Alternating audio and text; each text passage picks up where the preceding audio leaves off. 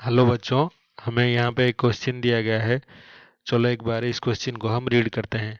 So the question says A block is resting on A piston which execute simple harmonic motion. तो एक block है जो कि एक पिस्टन पे रेस्ट कर रहा है और वो सिंपल हार्मोनिक मोशन पे पोजेस कर रहा है इन वर्टिकल प्लेन। तो जो सिंपल हार्मोनिक मोशन हो रहा है वो थ्रू वर्टिकल प्लेन हो रहा है with a period of 2.0 second in vertical plane at an amplitude just sufficient for the block to separate from the piston।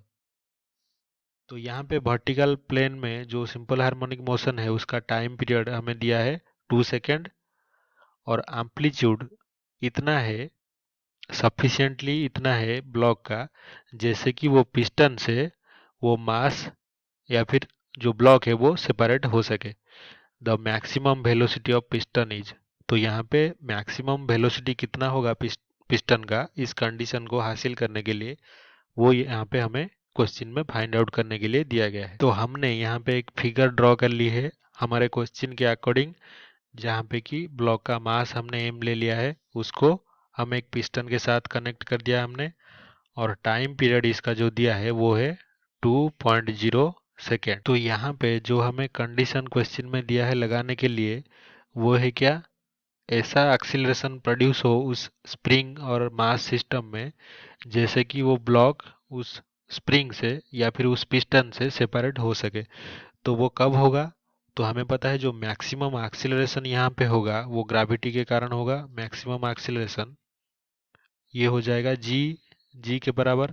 लेकिन इससे इससे इक्वल या फिर इससे ज़्यादा अगर स्प्रिंग का एक्सीलरेशन हो तो वो मास इस पिस्टन से मैच नहीं कर पाएगा और दोनों का कांटेक्ट जो है वो छूट जाएगा। तो यहाँ पे ये कंडीशन हम डालेंगे कि जो मैक्सिमम एक्सीलरेशन है वो इक्वल्स टू जी होगा। लेकिन हमें जो सिंपल हार्मोनिक मोशन करता हुआ एक बॉडी दिया गया हो तो उसका हमें जो एक्सीलरेशन मैक्सिमम उसका फॉर्मूला पता है, वो क्या है, A amplitude into omega square. ये होता है माइनस ए ओमेगा स्क्वायर। तो इसका एम्पलीट्यूड अगर हम लेंगे मैक्सिमम एक्सीलरेशन का मॉड ले लेंगे तो वो हो जाएगा इक्वल्स टू जी हमारे क्वेश्चन के हिसाब से। तो अभी जो वेलोसिटी हमारा है वो हम फाइंड आउट कर सकते हैं। वो कहाँ पे होगा, मीन पोजीशन पे। तो हम लिखेंगे वेलोसिटी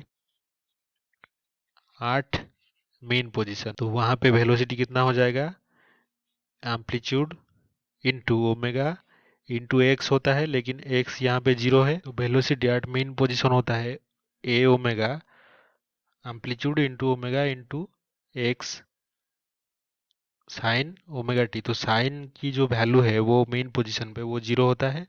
तो ये जो वेलोसिटी एट मेन पोजीशन होगा वो सिर्फ amplitude into its angular frequency. तो इसको हम लिख सकते हैं यहाँ से, जो ए ये जो एक्सीलरेशन हमें मिला वहां से लिख सकते हैं A omega equals to G by omega. तो वेलोसिटी के लिए हम डाल सकते हैं A omega equals to G by omega. यहाँ पे हमें टाइम पीरियड दिया गया है 2 सेकेंड और हमें पता है जो एंगुलर फ्रीक्वेंसी होता है वो 2 pi divided by time period. तो हमारा एंगुलर फ्रीक्वेंसी कितना हो जाएगा, 2 pi divided by 2। This equals to angular frequency is pi. तो अभी ये जो ओमेगा अभी हमें मिला तो इसको अगर हम जो मैक्सिमम वेलोसिटी है उसमें अगर पुट कर दें मैक्सिमम वेलोसिटी के फॉर्मूला में, तो हम क्या लिख सकते हैं, ये होता है जी डिवाइडेड बाई ओमेगा। तो जी डिवाइडेड बाई पाई। तो ये होगा जी, अगर हम 10 ले लें 10 metre per second square acceleration due to gravity, तो मैक्सिमम वेलोसिटी है जो 10 डिवाइडेड बाय पाई मीटर पर सेकेंड हो जाएगा। तो ये जो ऑप्शन है 2 ऑप्शन, तो ये सही ऑप्शन होगा। तो आई होप कि आपको ये समझ में आया होगा। Thank you.